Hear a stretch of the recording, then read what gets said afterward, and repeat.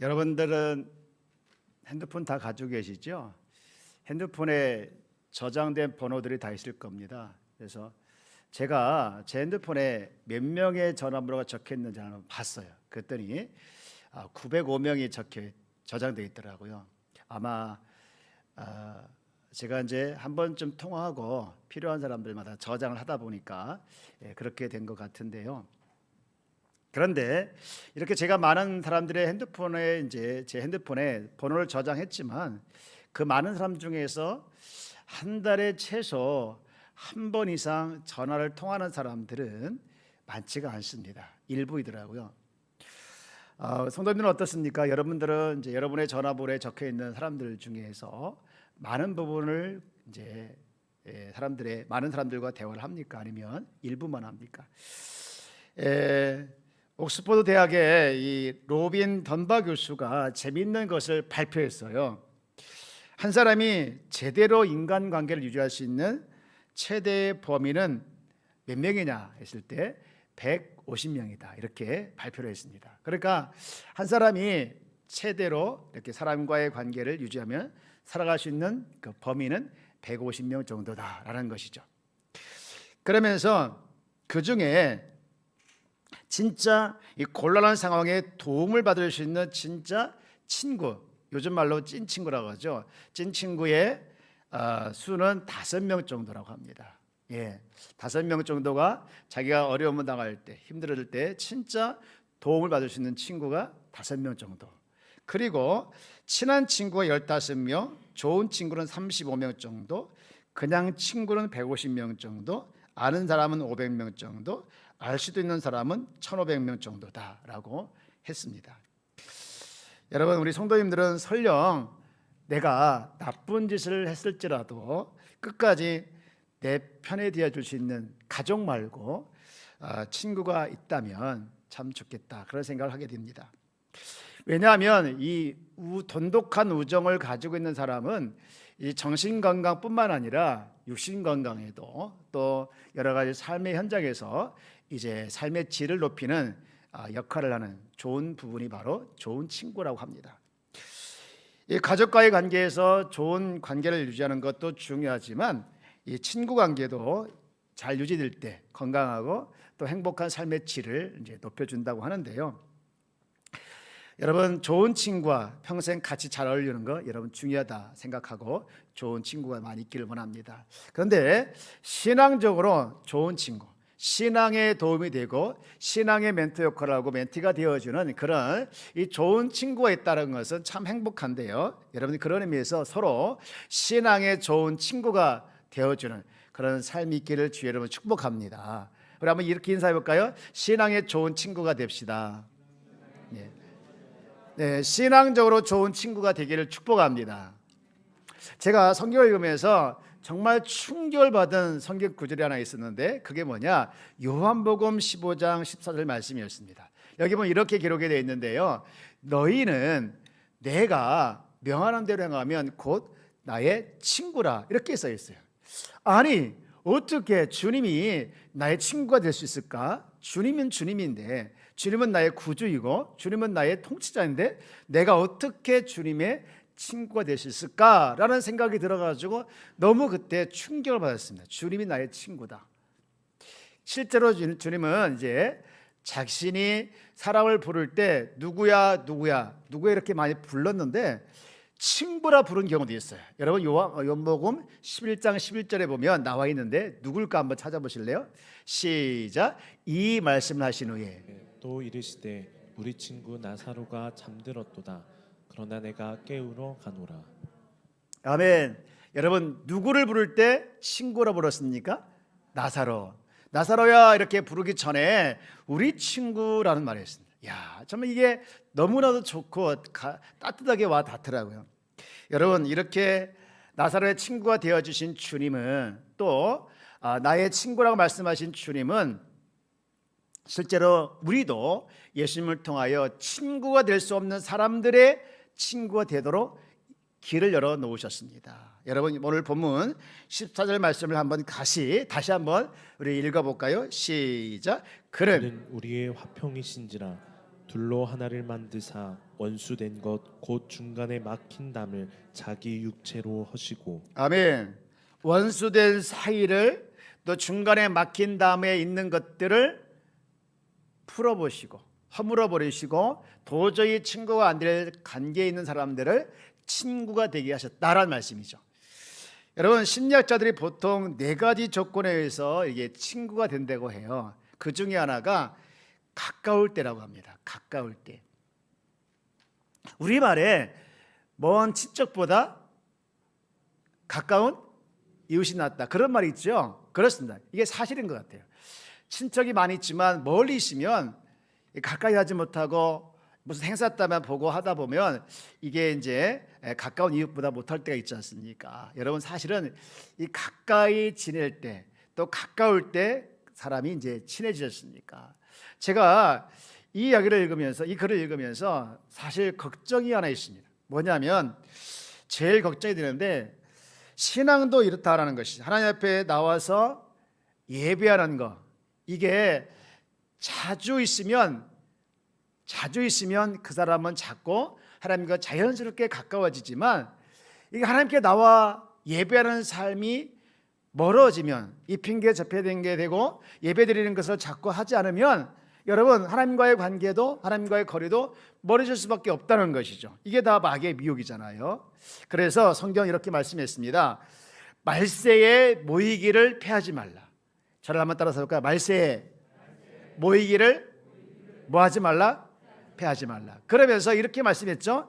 두세 사람이 모인 곳에 내가 함께 하겠다. 할렐루야.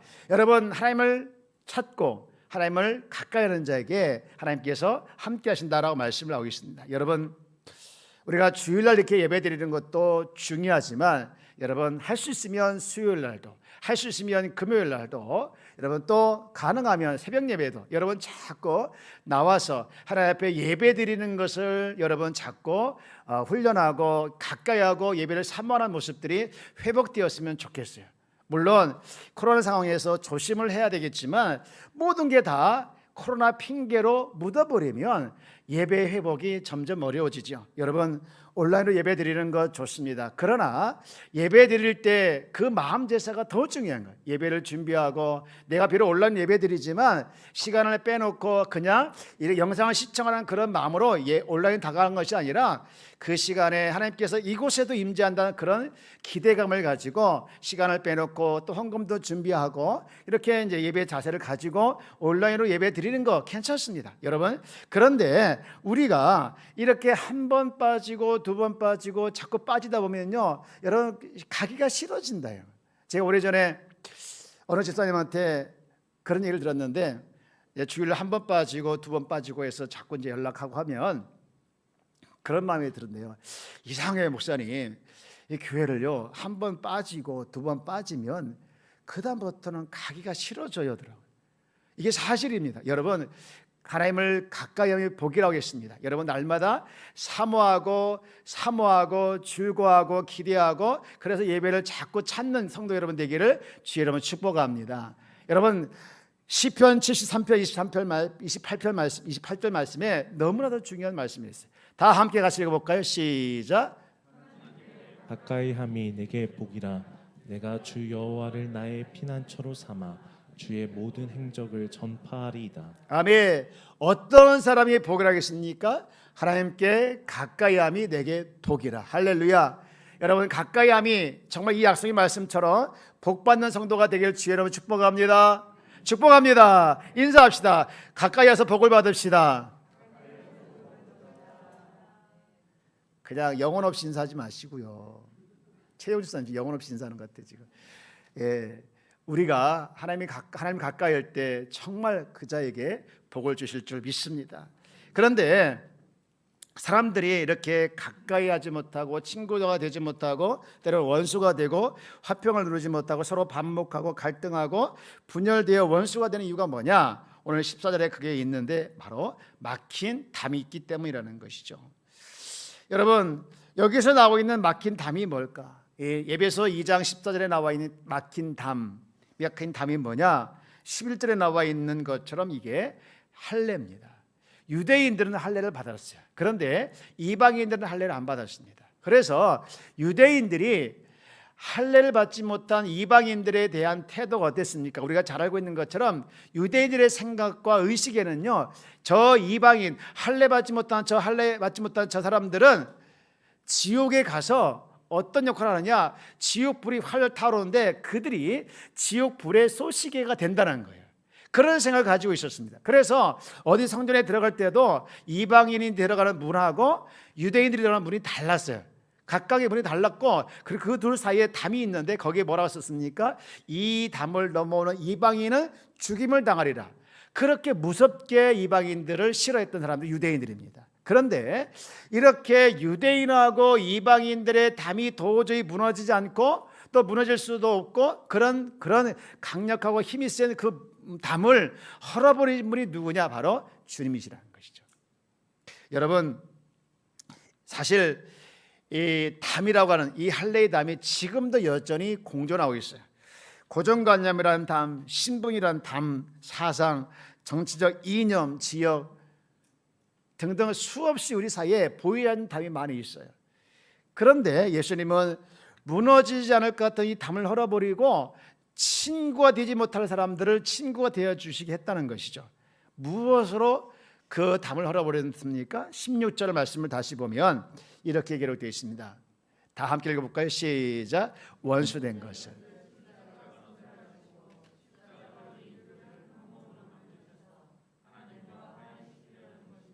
아멘. 십자가로 소멸됐다는 것이죠. 원수된 것들을, 담들을, 갈등을, 반목을 다 해서 원수되고 미워하고 도저히 친구가 되지 않을 것들을 주님께서 십자가에 희생하신 말미암아 소멸해서 이제는 담이 없게 해주셨다는 것이죠. 여러분, 십자가를 통해서 완전히 새로운 존재를 만들어주신 사건이 바로 우리가 지금 잊고 있는 은혜의 사건인 줄 믿습니다. 그래서 갈라디아서 이렇게 선포하고 있는데 3장 28절에 보면 너희는 유대인이나 헬라인 서로 원수 안에 있습니까? 종이나 자유자나 인이나 남자나 여자나 할 것 없이 다 그리스도 예수 안에서 뭐니라 하나니라 라고 말씀하고 있죠.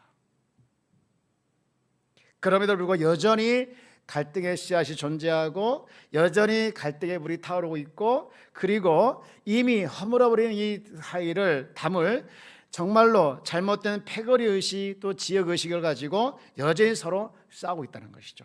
여러분, 국가도 마찬가지입니다. 그랬던 선민의식이라든가 그랬던 민족주의, 패권주의, 군국주의가 되어서 이 전쟁을 이렇게 해가지고 수많은 피해를 주고 있습니다. 종교도 마찬가지예요. 역사 속에서 이 종교가 다르다는 이유로, 믿음이 다르다는 이유로 수많은 전쟁이 일어나고 있지 않습니까? 정당도 마찬가지인데 이 언론을 보면 이 코로나19 때문에 어려운 이때에도 정치인들이 하루도 안 빼놓고 싸우고 있어. 오늘날 정치인들은 권력을 차지하기 위해서 진영 대결을 부추기고, 신문도 보면 일면에서 이 싸움 이야기만 이렇게 기사화시키고, 그것을 영향을 받고 있는 것이 교회들이에요. 여러분, 이 교인들도 영향을 받아가지고요, 교회 안에서도 진영이니 진보니 보수니 이렇게 진영이 나눠져가지고 주께서 담을 헐으셨는데 그런 얘기만 나오면 서로 얼굴이 달라지고 서로 적이 되는 경우가 너무 많아요. 그 사건을 일으키는 것이 누구냐? 언론이더라고요. 보니까 언론은 계속해서 교회 안에 싸움을 하도록 또 다른 것이 영향을 받도록 하는 것이 언론이에요. 부추기고 있어요. 충격적인 것은요, 우리나라에서 이 갈등을 관리하는 비용만 무려 한 해에 240조가 들어간다 합니다. 한 번도 안 놀라시네요. 무려 240조가 들어간답니다. 됐어요. 240조라는 돈은 얼마나 큰 돈입니까? 예수님께서 이미 헐어버린 담을 받아들이지 못하고 그 담을 싸우며 여전히 지루한 비용을 들어가게 만들고 있어요. 전쟁, 재난 등등 다 그런 게 갈등 비용 아니겠습니까? 여러분, 개인도 마찬가지예요. 주님께서 헐어버린 그 담을 스스로 견고히 싸우며 지루한 비용을 많이 들게 하고 있어요. 이렇게 보면 사람들이요 스트레스 많이 받고요, 또 어떤 사람은 트라우마 많이 생겨가지고 그것 때문에 병 걸리고 그것 때문에 어떤 사람 죽는 경우도 있더라고요. 얼마나 불행한 일입니까? 한 번은 제가 깜짝 놀랐는데요, 어떤 사람이 그 주부더라고요. 이 운전을 하면서 운전하다가 그 운전대를 가게를 향해서 돌진해 버린 거예요. 그 가게에 향해 들어가 버린 거예요. 왜 그랬냐 했더니 너무너무 이 가게에서 자기를 화나게 했다는 거예요. 그래가지고 화가 나가지고 이 가게를 부서뜨리기 위해서 화풀이를 그렇게 해버렸다는 거예요. 야, 제가요 이렇게 보면요 사람들이 싸우려고 준비하고 있는 것 같아요. 누가 나를 건드리기만 해봐라, 내가 당장에 폭발해서 싸우겠다. 자, 우리 옆에 계신 인사합시다. 싸우며 살지 맙시다. 최훈 집사 인사했어요? 네. 오늘 최훈 집사 몇 번 제가 부를 겁니다. 영혼 없이 제발 인사하지 마시고. 여러분, 우리가 싸우면서 할 때가 너무 많아요. 사랑하며 살기도 시간이 부족한데, 이해하며 서로 보충하며 살면서 행복하게 살기도 부족한데, 주께서 담을 풀어주시고 허물어 주셔서 정말로 평화를 이루며 샬롬을 이루며 살아가기도 부족한데, 여전히 국가 간에, 종교 간에, 또 정당 간에, 개인 간에 끊임없이 싸움은, 또 전쟁은 여전히 일어나고 있습니다. 그런 의미에서 우리가 오늘 에베소 2장은 여러분 교회의 본질을 이야기하고 있는데, 우리가 믿음의 백성으로서, 그리스도를 믿는 사람으로서 어떻게 살아갈 것인가에 대해서 이야기하고 있는데요, 두 가지를 얘기하고 있습니다. 첫 번째는 그겁니다. 하나님의 나라의 시민으로 살아가야 된다는 거. 저를 한번 따라서 볼까요? 하나님 나라의 시민으로 살아간다. 여러분 2장 19절 말씀을 한번 읽어볼게요. 다 함께 읽어봅시다. 시작. 그러므로 이제부터 너희는 외인도 아니요 나그네도 아니요 오직 성도들과 동일한 시민이요 하나님의 권속이라. 하나님의 권속 전에 오직 성도들과 동일한 뭐라겠습니까? 시민이라겠습니다. 여러분, 예수님께서 담을 헐어버림으로 말미암아 이제는 유대인 헬라인 구분이 없어지고, 이제는 정말로 친구로, 그리스도 안에서 친구로 지낼 뿐만 아니라 하나님 나라 갈 때까지 동일한 시민으로, 하나님 백성으로서 살아내는 것이 맞다는 거예요. 그 전에는 공동체가 없었죠. 이런 공동체가 없어서 유대인은 유대인, 헬라인은 헬라인, 한국인은 한국인, 일본인은 일본인, 이렇게 살아갔습니다. 그러나 이제는 모두가 하나님의 시민으로 살 수 있게 주께서 만들어 주셨습니다. 그리스도 안에서 남자나 여자나 자유자나 종양이나 이방인이나 헬라인이나 다 하나님의 시민으로 살아갈 수 있도록 만들어 주셨다는 것이죠. 그렇다면 하나님 나라의 시민으로 살아간다는 것이 뭐냐? 이겁니다. 서로 하나님의 통치를 받고 살아간다는 것이죠. 저를 한번 따라서 볼까요? 서로 통치를, 누구의 통치를? 하나님의 통치를 서로 받고 살아가는 사람들이 하나님 나라의 동일한 시민인 줄 믿습니다. 여러분, 우리의 통치자는 주님인 걸 믿으시기 바랍니다.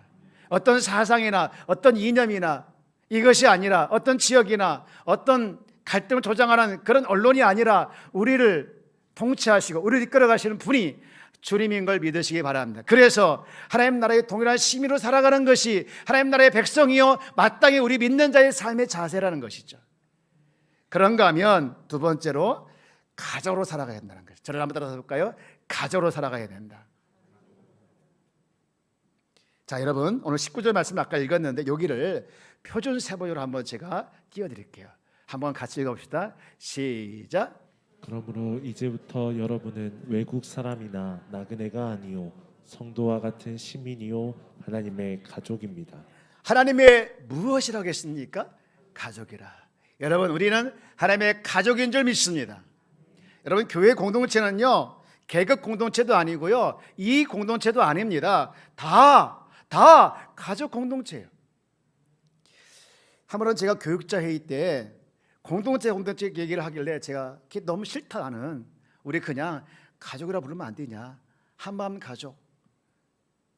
그래서 그렇게 하기로 했는데 시간이 지나니까 다시 공동체 얘기하더라고요. 여러분, 우리는 한마음 가족 공동체인 줄 믿습니다. 어떻게 인간이 하나님과 가족이 될 수 있고 하나님을 아버지라고 부를 수 있겠는가? 그것은 아까 얘기했던 것처럼 십자가를 통해서 우리는 하나님을 아버지라 부르고 또 우리끼리 형제요 자매라 이렇게 부르게 된 공동체, 이것은 신분의 상승입니다. 우리가 본질상 진노의 자녀 아니었습니까? 그런데 여러분, 우리가 본질상 진노의 자녀였던 우리를 하나님의 자녀, 하나님의 아들, 딸이라고 불러준 거, 이게 뭡니까? 신분 상승이에요. 중세 교회는요, 가족 개념보다 제도와 그 다음에 구조와 조직을 더 강조했습니다. 그래서 다 망해버렸어요. 여러분, 우리는 하나님의 가족이라는 이 생각을 항상 가져야 되는데, 가족은요 특별한 관계 아닙니까? 이 법의 관계를 뛰어넘어서, 법률적 관계를 뛰어넘어서 생명이적이고 살아있는 피의 관계가 가족 관계입니다. 그래서 성경은 이렇게 말하는데, 요한복음 1장 10절에 보면 영접하는 자 곧 그 이를 믿는 자들에게는 하나님의 자녀가 되는 권세를 주셨으니라고 있습니다. 이렇게 한 가족이 되었다는 것이 뭐냐? 여러분, 가족은요 친밀하지만 가족은요 여러분 중요한 것이 하나 있는데, 뭡니까? 서로 책임을 지는 거예요. 가족은 책임을 지는 것이 가족입니다. 끝까지 책임집니다. 부모는요 자식을 끝까지 봐요. 또 자식은 또 다른 자식을 끝까지 책임져요. 가족은 서로 아플 때 같이 아파해주고 어려울 때 같이 어려워주는 것이 가족 공동체 아닙니까? 그런데 지금 교회의 대표적인 특징 중에 하나가, 오늘날 교회의 모습 중에 하나가 이 책임감이 상실됐다는 것이 문제죠. 수시로 교회를 옮깁니다. 조금만 감정적으로 충돌이 되면 자꾸 바꿔버려요. 문제가 있다고 여러분 가족이 돼서 버립니까? 내 가족, 내 아내가 문제가 있다고 해서 버립니까? 쉽게 버립니까? 내 자녀가 문제 있다고 해서 그 자녀를 버립니까? 아니잖아요. 서로의 단점을 받아주고 세워주고 존경해주고 용서해주며 격려해주면서 살아가는 것이 가족입니다. 사랑하는 성도 여러분, 가정 안에 천국 같은 가정일 수도 있고 지옥 같은 가정일 수도 있고 세상 같은 가정일 수도 있습니다. 그러나 어떤 가정이든 분명한 것은 피는 물보다 진하다는 거죠. 피의 관계를 그 무엇으로 단절할 수 없는 거예요. 끝까지 책임을 지고 돌봐야 할 관계가 바로 가족의 관계라는 것이죠. 여러분, 사랑하는 성도 여러분, 한마음교회는 가족인 줄 믿습니다. 서로 연약한 교인들이 있다고 하면 그에 대해서 실망하고 욕하고 뒤에 가서 험담을 하는 것이 아니라, 잘못된 것이 있다고 막 앞에서 욕하는 것이 아니라, 부족한 것이 있으면 서로 비난하고 서로 미워하는 것이 아니라, 실망스러운 부분도 있겠지만 비난하는 것을 하지 말고 서로 책임감을 가지고 서로 아껴주면서 하나님의 교회 식구로서 하나님 부족하지만 만들어 가야 할 것이 가족이요 가족의 책임인 줄 믿습니다. 제가 웬만하면 그 예화를 들 때 누가 어떤 사람이 이런 걸 제가 싫어합니다. 근데 참 공감을 하는 그런 예화가 하나 있어서 제가 소개를 합니다. 어떤 남편이 있는데, 이 남편이 아내가 심각한 정신질환을 앓고 있었어요. 친구들이 모였습니다. 남자친구들이 모여가지고 서로 아내 이야기를 하게 했습니다. 자랑을 하게 했죠. 왜? 의도적으로 심각한 정신질환을 앓고 있는 그 남편을, 그 친구를 놀리기 위해서 다 이야기합니다. 뭐니 자랑하면서. 근데 마지막에 이 친구가 이제 이야기할 차례가 돌아온 거예요. 서로 쳐다봅니다. 어떤 얘기 할까? 할 얘기 없을 것이 뻔하니까 창피할 줄 알고 또 창피당하게 하려고 이렇게 했기 때문에. 근데 이 친구가 이렇게 이야기합니다. 맞아. 오히려 주눅들죠. 활기차게 이렇게 이야기합니다. 맞아. 니들이 알고 있는 것처럼 내 아내는 심각한 정신질환을 앓고 있어.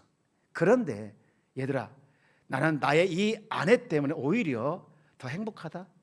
왜냐하면 아내가 고통이 있었기 때문에, 아내가 나에게 고통이 되기 때문에 그것 가지고 하나님께 가게 되었고, 또 내 신앙이 그 아내의 문제로 인해서 뜨거워질 수 있었기 때문에 아내 때문에 내가 오히려 지금은 행복하다.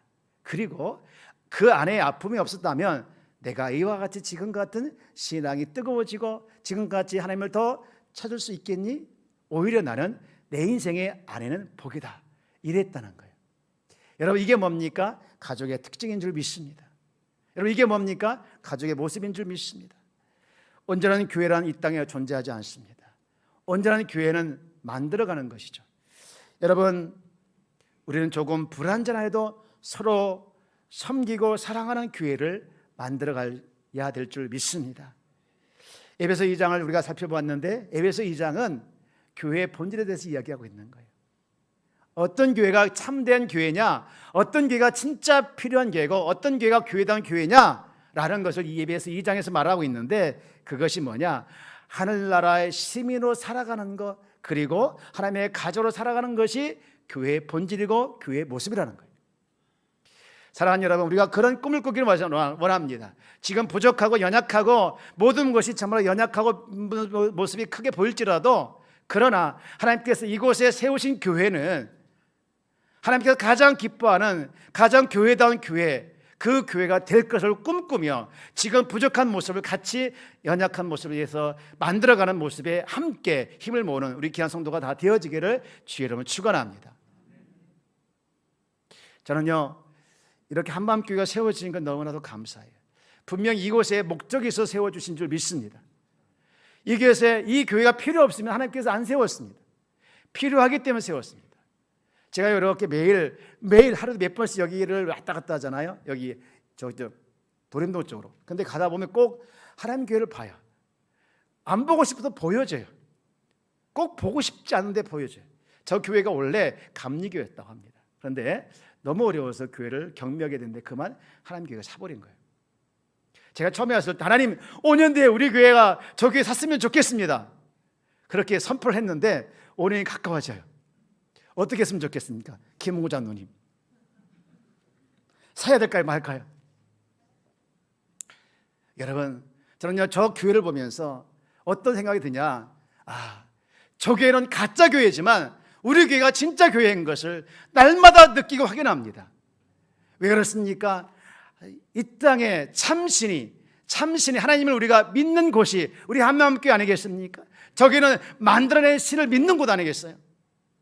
사랑하는 여러분, 하나님을 믿으며 살아가는 우리 믿음의 공동체는 교회다운 교회를 만들어가고 세월호 나간 일에 부족하지만 연약하지만 우리 모두 힘을 합하여 만들어가서 교회에 오는 것이 행복하고 교회 생활이 행복하고 교회를 보면 가고 싶고 교회를 생각하면 가슴이 두근두근 되어지는, 정말로 교회를 사랑하는 우리 믿음의 사람들이 다 되어지기를 주여 여러분 축복합니다. 저는요 토요일 날 올 때마다 오늘 누가 와서 청소할까, 오늘 누가 와서 청소를 하고 누가 와서 교회를 정리할까라고 하는 것을 늘 기대해요. 그분들이 막 기다려져요. 여러분들 토요일 날 한 번씩 좀 교회 좀 와주세요. 청소할 거리가 없더라도 뭐 어떤가 잘 있나, 의자가 잘 있는가, 화분이 잘 있는가 한 번씩 와다 가면 좋겠어요. 아무도 끊어가지 않네요. 사랑하는 여러분, 주님의 몸된 교회를 사랑하고 아끼고 그 몸된 교회가 바로 세워질 수 있는 그런 일이 바로 저와 여러분을 통해서 이루어졌다는 것을, 출발한다는 것을 기억하며 살아내는 우리 귀한 성도가 다 되어지기를 주의 이름으로 축복합니다.